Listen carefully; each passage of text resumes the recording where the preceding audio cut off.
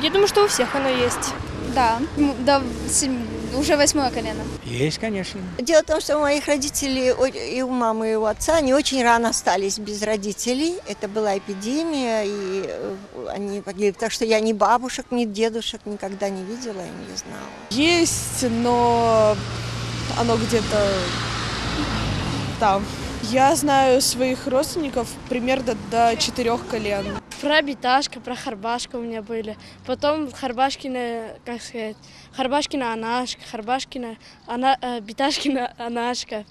По рассказам родителей помним и стараюсь даже записывать, чтобы знать и передавать дальше своим близким. Правнуки уже не все помнят имена даже бабушек, дедушек. Да. У меня внучатая племянница завела это древо, и вот регулярно все записывают вместе с фотографиями со всеми. Очень много колен. Прапрадед еще при Екатерине тут жил, и вот когда Екатерина приезжала, мне уже рассказывал брат, что он, по-моему, даже с ее свитой на охоту ходил. Да, конечно. У меня дочка занимается этим вопросом. Насколько я помню, колен где-то 7, по-моему, 8 даже.